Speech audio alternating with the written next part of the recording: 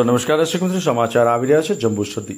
જંબુસર તાલુકાના ડાભા ગામે આજરોજ ઈદે મિલાદ પર્વ નિમિત્તે હિન્દુ મુસ્લિમ એકતાનો માહોલ જોવા મળ્યો।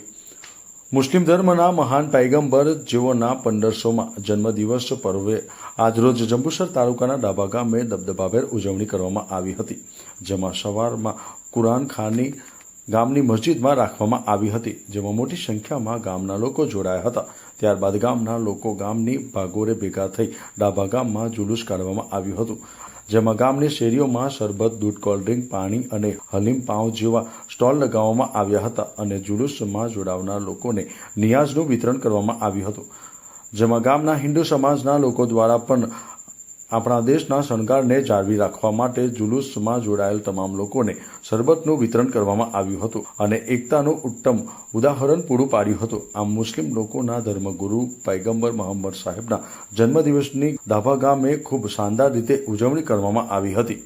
સલીમ ગોડાનો રિપોર્ટ, ન્યૂઝ ટુડે, જંબુસર।